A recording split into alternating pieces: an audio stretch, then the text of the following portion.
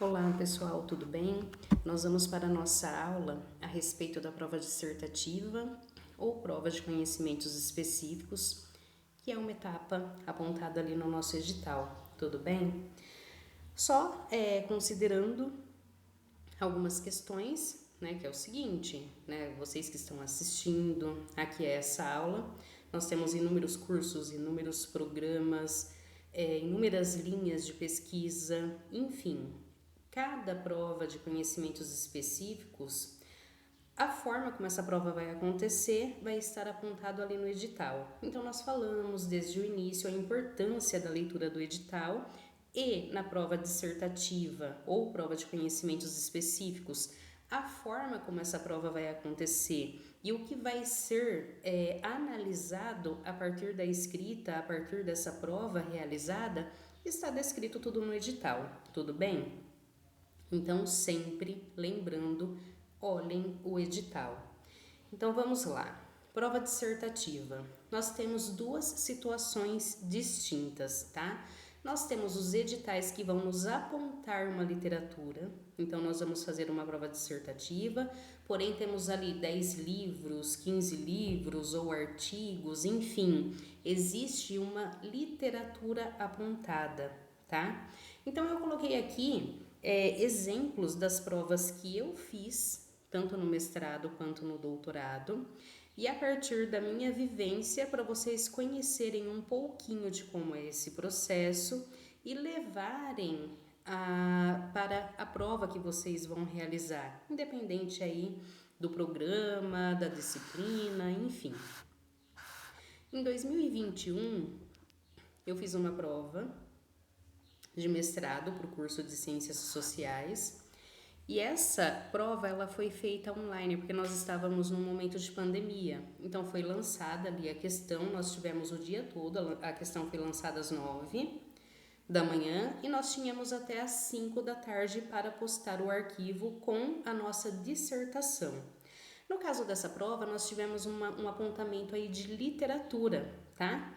Então, o que eu fiz quando você tem um apontamento de literatura? Imagina que você não leu, não teve contato, né, com esses livros, com essas literaturas no decorrer da sua graduação, ou você terminou essa graduação há muito tempo e não se lembra mais da teoria desses autores. Então, você precisa revisitar, talvez não dê tempo de revisitar a obra como um todo, mas sempre de captar a essência ali de cada uma dessas obras, de entender o que o autor quer dizer com aquele conteúdo, com aquela obra, quais são os objetivos, os resultados, enfim, é necessário revisitar essas obras. E eu coloquei aqui a questão que foi colocada, quais são os desafios impostos às ciências sociais, aí só corrigindo aqui, tá? As ciências sociais no campo da cultura, política, sociologia, na contemporaneidade. Então, o que acontece? Quando nós falamos em cultura, política, sociologia, enfim, nós estamos falando de linhas de pesquisa dentro das ciências sociais. E eu notei o seguinte, que a literatura apontada eram literaturas que correspondiam às linhas de pesquisa. Então, tinha literatura na linha de política, na linha de antropologia, enfim. Então, o que eu fiz? Fiz um apanhado geral de toda essa literatura e foquei mais nas literaturas que tinham a ver com a minha linha de pesquisa, que no caso era cultura. Então, quais os desafios impostos às ciências sociais na contemporaneidade? Essa foi uma questão da prova lá em 2021. Depois, em 2022, nós tivemos a mesma questão com um a mais, né? Quais são os desafios das ciências sociais no mundo pós-pandemia? Tudo bem? Coloquei aqui para vocês as questões, né? Coloquei aqui que teve uma sugestão de literatura excelente. E também nós temos quando o nosso edital não apresenta uma literatura, mas vai dizer o seguinte, que nós vamos dissertar a respeito de alguma coisa, considerando o que nós temos de conhecimento dentro da área, tá? Tudo bem. Então, o que eu quero dizer com isso?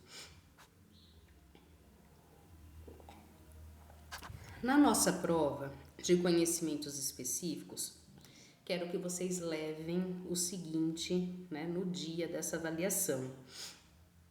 nós temos proposições, tá? Nós temos crenças, todo mundo tem crenças a respeito de uma determinada coisa, tá? Que é a nossa visão de mundo, são as nossas experiências, é aquilo que a gente vive no cotidiano, e a partir disso, dessas experiências, nós vamos criando ali crenças dentro de nós, tudo bem? E nós temos o quê? Nós temos as verdades, que aqui entra a questão de uma crença ser justificada por meio da ciência. E quando nós temos essa junção, nós temos as crenças verdadeiras, que está aqui nessa junção em cinza. Né? O que é o conhecimento? São as crenças verdadeiras e justificadas. Lembrem-se disso quando vocês forem fazer a prova de conhecimentos específicos. Nessa prova de conhecimentos específicos, você não vai apontar as suas crenças não justificadas. Você não vai dissertar a respeito de um assunto considerando aquilo que você acha, que você acredita a respeito desse assunto, tudo bem? Você sempre vai justificar esse assunto por meio do conhecimento, tá? Então você vai fazer uso para justificar da literatura que foi apontada no seu edital, ou caso você não tenha uma literatura apontada no seu edital, você vai buscar campos do conhecimento, literaturas daquela área, para se preparar, para justificar ali, né, a questão que for colocada nessa prova por meio de uma determinada teoria. Tudo bem? Então vamos lá. Trouxe aqui um edital para nós nos fundamentarmos nele, tudo bem?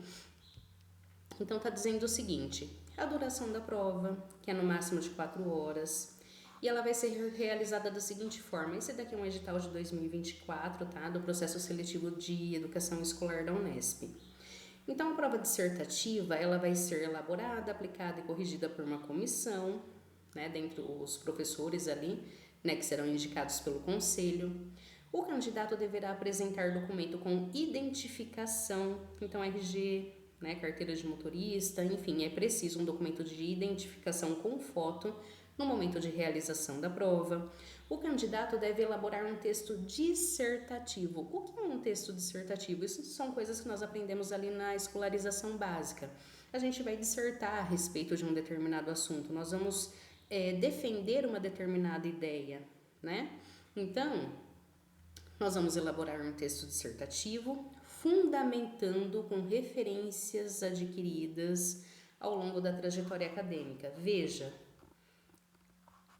essa prova, ela não busca saber a respeito das suas crenças, mas ela busca que você consiga, enquanto pesquisador, fundamentar uma determinada ideia por meio do conhecimento adquirido na trajetória acadêmica. Tá claro até aí? A prova deve ser escrita com caneta azul ou preta. Respostas a lápis não serão consideradas, porém tem uma folha, né, de rascunho. Leve lápis, leve borracha, porque às vezes você vai ali transitando entre as ideias, vai alterando esse texto e de repente esgota ali o seu rascunho. Então leva um lápis, uma borracha, mas na folha de respostas é sempre a caneta, né? Prova deve ser respondida em língua portuguesa, deve ser respondida na folha de respostas. Os rascunhos, no caso, não serão considerados e poderão ser levados pelos candidatos. Enfim, as folhas terão um campo para identificação por código, ou seja, né, para garantir a impessoalidade. Então, não tem nome, só um código. É proibido o uso de celular ou de qualquer equipamento eletrônico. Né, e eventuais acréscimos ou instruções serão realizadas. Enfim, mas vamos ao que interessa. Quais são os critérios de avaliação, tá? Então vamos lá. Todo edital vai apontar como você vai ser avaliado a partir dessa prova dissertativa ou de conhecimentos específicos. Então nós temos ali o nosso primeiro elemento, né? Adequação à estrutura e à forma de texto dissertativo com finalidades acadêmicas, tá? Então coloca aí como tarefa, nada melhor do que pesquisar o que é um texto dissertativo, Qual a estrutura de um texto dissertativo? Estou falando no caso desse edital, tudo bem? Correção gramatical, ortografia, sintaxe, de vocábulo, coesão e coerência, fluidez na argumentação e problematização crítica a respeito de um determinado assunto. Vamos lá, né? O que isso aqui quer dizer? Eu trouxe aqui uma matéria que nós vimos há algum tempo atrás, sobre coerência e coesão nos textos argumentativos dos estudantes do ensino médio. Então, aqui no finalzinho está dizendo o seguinte: observamos que, no nível de coerência, 60% dos textos produzidos por estudantes do ensino médio ferem a condição de continuidade. 90% ferem a progressão e não contradição. E todos os textos ferem a condição de articulação. O mesmo acontece no nível de coesão, tá? Então vamos lá. Nessa etapa da nossa vida, que é um processo seletivo de pós-graduação, no caso de mestrado, vamos cobrar coesão e coerência, tá? Então, essas são habilidades que nós, teoricamente, deveríamos ter aprendido na escolarização básica. A produção de um bom texto, de um texto com início, meio e fim, de um texto que conecte ideias, de um texto que transmita para o leitor a sua essência, que ele não tenha dificuldades de entender aquilo que você quer dizer, tá? Então, algum tempo atrás, nós podemos dizer que isso era uma situação garantida na nossa escolarização básica. Hoje, não sei até que ponto isso acontece, mas isso é cobrado de nós ali na nossa prova dissertativa. Então, vamos falar um pouquinho a respeito dessa questão de coesão e coerência, tá? O que é coerência? Coerência é o sentido do nosso texto. Quando alguém vai fazer a leitura do nosso texto, esse texto está claro? A pessoa conseguiu compreender totalmente aquilo que nós queremos dizer? Conseguiu compreender toda a essência, todo o conteúdo do nosso texto?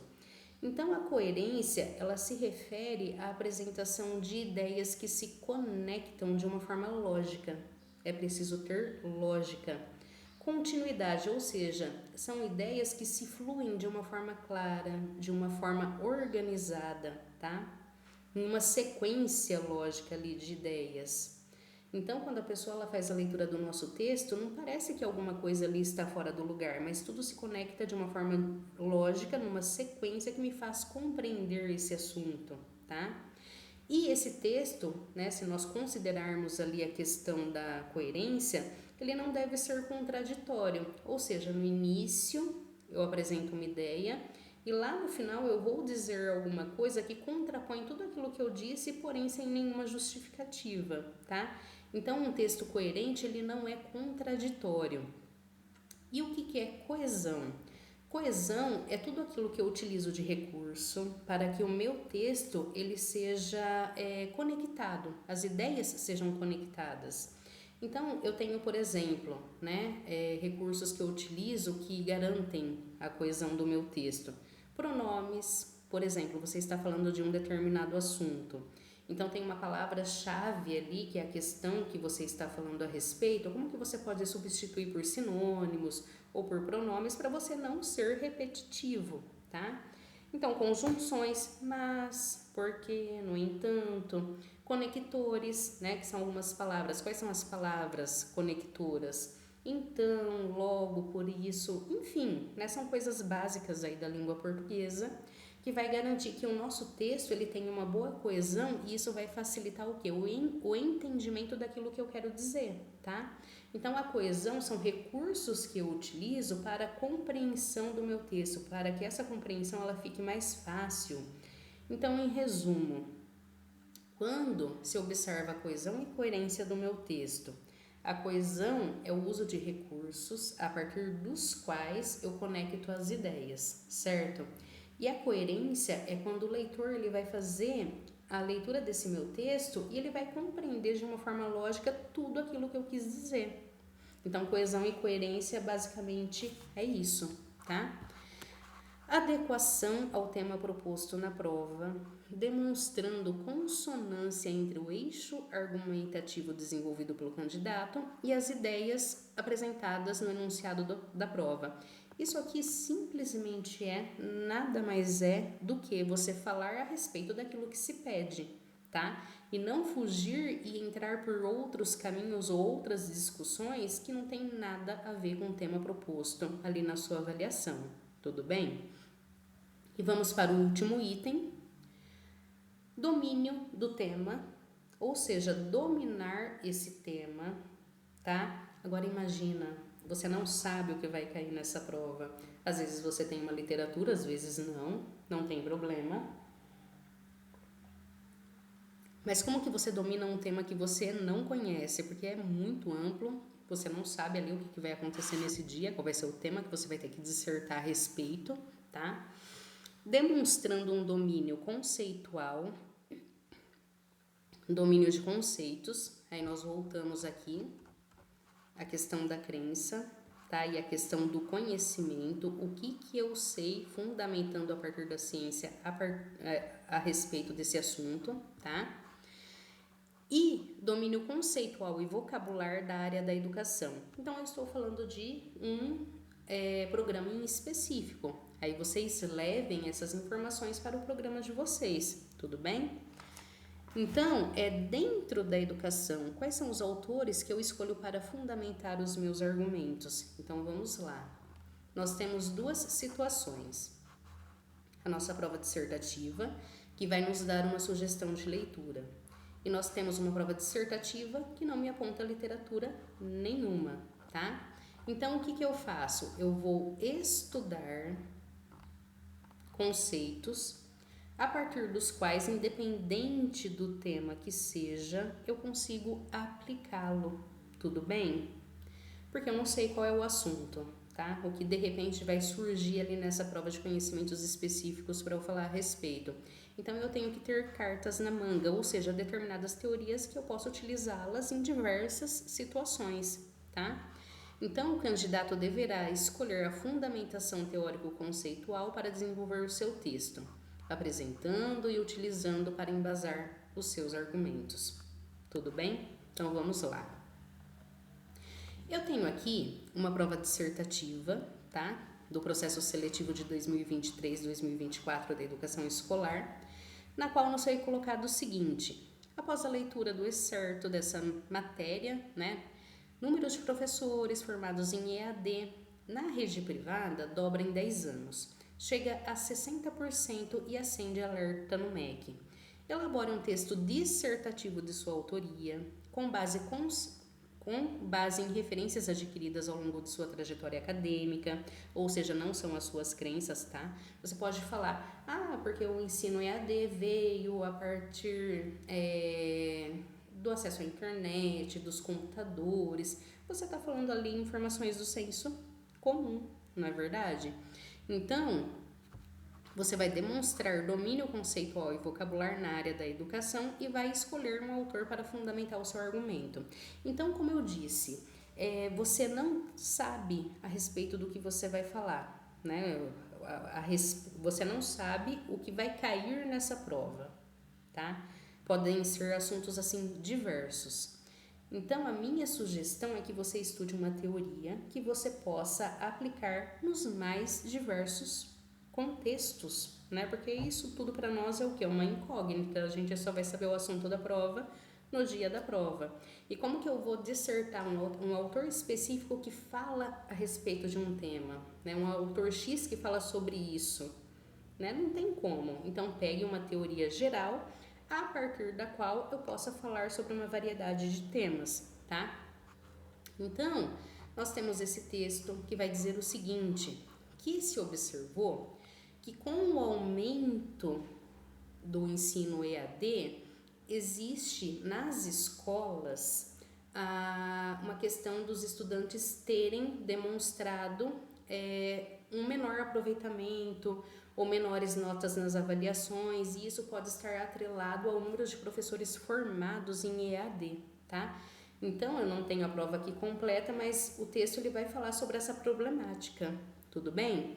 Então, quando eu fiz o processo seletivo em educação escolar, né, por meio de pesquisas, né, como eu sou das ciências sociais, não sou da educação escolar, pesquisei com os meus amigos autores, né, que são utilizados dentro da educação escolar. E uma amiga minha do doutorado me disse que eles utilizam muito a pedagogia histórico-crítica do Demerval Saviani. Então eu fui buscar conhecer como se dá essa teoria, tá? E essa teoria do Demerval Saviani, a pedagogia histórico-crítica, ela pode ser aplicada em diversos contextos, em diversas situações, tá? Então o que acontece? Considerando a pedagogia histórico-crítica, o Demerval Saviani ele vai propor aqui para nós 5 passos. Só que esses passos ele deixa muito claro que não é uma sequência, porque esse tipo de pedagogia, né, não é uma técnica, é um método para se planejar a resolução de problemas, mas não é uma técnica que deve ser seguida de passo a passo. Então, por exemplo, você evidencia ali uma determinada coisa, você pode iniciar pela catarse ou pela instrumentalização. Não tem uma sequência, tudo vai depender o quê? Do meu objeto, daquela situação que eu procuro resolver, tá? Então, ele vai dizer o seguinte para nós, que nós temos uma prática social inicial, ou seja, nós temos um todo caótico. Qual seria o meu todo caótico dentro, né, dessa questão que me foi colocada aqui nessa prova dissertativa? Esse meu todo caótico, que é aquilo que eu observo, que é aquela realidade problemática, nada mais é do que estudantes que não atingem boas notas após se observar que a maioria dos professores estão sendo formados no ensino à distância, tá? A problematização, ela seria as questões, né? Quais são as questões que me traz essa situação? Notas baixas nas provas, um grande número de professores formados em EAD. A instrumentalização nada mais é do que eu posso fazer para melhorar essa situação, tá? Então eu tenho aí o ensino à distância. O que acontece? Vou reduzir, né, o número de formações ali à distância, considerando cursos, ou esses cursos não serão mais à distância, mais híbridos, ou determinados cursos não serão mais aceitos nessa modalidade, enfim, tá? Essa instrumentalização são ideias. O que eu posso fazer? O que é possível fazer para mudar essa realidade? A catarse, segundo Saviani, é o momento mais máximo assim da teoria, né? Que é quando a gente vai fazer toda uma análise e a partir dessa análise vão surgir ideias, vai me clarear que aquele todo caótico é possível de ser resolvido. É um processo de aprendizagem. Né? De repente, essa situação pode sim ser melhorada, tá? Então, a catarse é esse insight, né? Essa ideia, essa aprendizagem que eu tenho a respeito de uma determinada coisa, a partir de observar esse todo caótico, de observar os problemas trazidos, do que eu posso fazer para resolver esse problema que seria a instrumentalização, e de repente me surgem ali ideias de que sim, isso pode ser resolvido. E a prática social final nada mais é do que observar esse todo caótico, ou seja, né, esses alunos que não estão tirando boas notas, porque os professores estão sendo formados em grande parte EAD. Agora ela não é mais para mim um todo caótico, mas alguma coisa ali, uma prática que se mostra, é como uma luz ao fim do túnel, eu posso resolver isso, tá? Então, pesquisa, por exemplo, como que se dá essa pedagogia histórico-crítica, como que eu posso aplicar esses métodos. Então, me apareceu aqui a questão do ensino EAD, tá? Imagina que tenha me aparecido uma outra coisa. Eu também poderia resolver por meio desta teoria. Então, eu me aproprio de uma determinada teoria, de uma dada teoria, né? Para resolver problemas de diversas ordens. Eu não sei o que vai aparecer ali para mim na minha questão de conhecimentos específicos. Se eu tenho uma literatura, eu me fundamento nessa literatura. Por exemplo, quando eu fiz a prova dissertativa e eu tinha uma sugestão de literatura, eu lembro que eu iniciei o meu texto da seguinte forma: quais são os desafios impostos às ciências sociais na contemporaneidade, ou seja, no mundo de hoje? Então, eu iniciei o meu texto dizendo o seguinte, que, segundo Max Weber, as ciências sociais É uma ciência antiga, porém sempre nova. O Max Weber vai dizer isso. Por quê? Sempre vão existir problemas sociais, sempre vai existir uma complexidade aí de coisas que nós vamos resolver ou pensar a respeito utilizando as ciências sociais como fundamento. Então, eu iniciei o meu texto dizendo que, apesar de ser uma ciência que surgiu nos séculos anteriores, ela é uma ciência sempre nova. Então, eu inicio ali o meu texto utilizando uma das literaturas, que no caso foi Max Weber, tá? Então, se apropria da literatura, pelo menos da essência delas, quando você tem uma sugestão ali no seu edital, tá? E quando você não tem uma literatura, se aproprie de uma que te permite problematizar sobre os mais diversos assuntos. Então, qual teoria da minha área posso me apropriar para problematizar qualquer situação colocada na avaliação, tá? Então, essa é a grande questão ali das nossas provas de conhecimentos específicos. E a minha sugestão é: estude essa literatura, né, sugerida, e caso não tenha, estude uma literatura da área a partir da qual eu posso resolver inúmeros assuntos, porque nós não sabemos qual é o assunto que deveremos dissertar a respeito nessa prova de conhecimentos específicos. E um outro detalhe: texto sempre com início, meio e fim, tá? Sempre fundamentado. Isso não significa que nós somos reprodutores. Isso significa que nós temos a capacidade de observar um determinado fenômeno e de argumentar por meio de uma determinada teoria, tá? Então, por exemplo, o Michel Foucault, ele vai dizer o seguinte, na questão de discurso é poder, tá?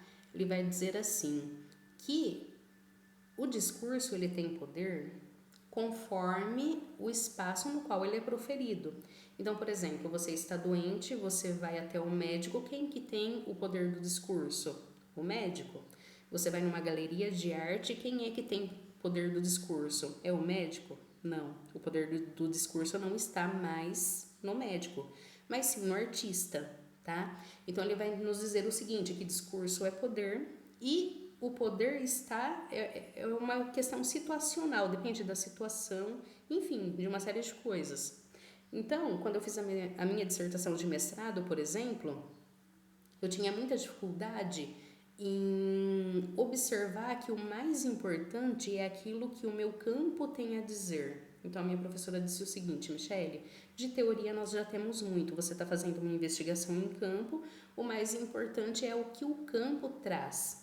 Então, no final, eu coloquei ali uma reflexão, que ao ir ao campo e investigar ali a fala das pessoas, eu notei que muita coisa tem a ver com aquilo que já foi estudado e outras não, né? O campo me trouxe informações novas e que nessa questão, né? Nessa situação de investigação, quem tem o poder do discurso são as pessoas que eu entrevistei e não as minhas, né, teorias, o meu arcabouço teórico, né, mas sim o meu campo é quem tem o poder do discurso, tá?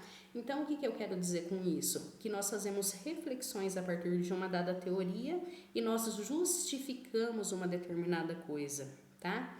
Aqui, só para contextualizar, o ensino EAD, o que é o ensino à distância? É aquele ensino projetado para que a pessoa ela consiga aprender a partir desse ambiente.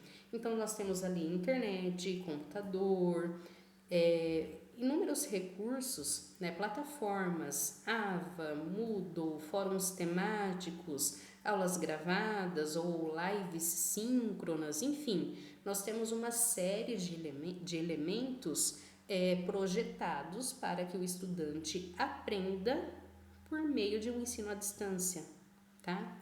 Na pandemia, por exemplo, nós não chamamos de ensino EAD, né? Nós nos organizamos ali utilizando recursos tecnológicos, mas foi um ensino emergencial, ele não foi projetado para que o aluno aprendesse sem ter essa possibilidade de interação física, né? Então, o que nós levamos aqui dessa questão da nossa prova de conhecimentos específicos. Sempre ter uma teoria na qual eu posso adequar para falar de qualquer coisa, ou saber a essência de cada um dos textos, né, ou livros, quando eu tenho uma sugestão de literatura. E uma questão também importante é a seguinte: dentro dessa prova, né, está sendo avaliado como você pensa enquanto pesquisador e qual o seu potencial de pesquisador e de sujeito que vai se inserir num programa de pós-graduação. Então, você tem que ter um texto claro, coerente, coeso e fundamentado. É o momento de mostrar ali para a banca o seu potencial de pesquisador, de estudante e que você sim tem condições de participar ali de um programa de pós-graduação, porque depois você vai ter que escrever uma dissertação e você tem que ter essas habilidades, tá? Então, é isso. Texto dissertativo não necessita, teoricamente não necessita de um título, mas faz um texto ali com início, meio e fim e boas argumentações e coloque as suas crenças somente se elas forem justificadas, tá? Até mais!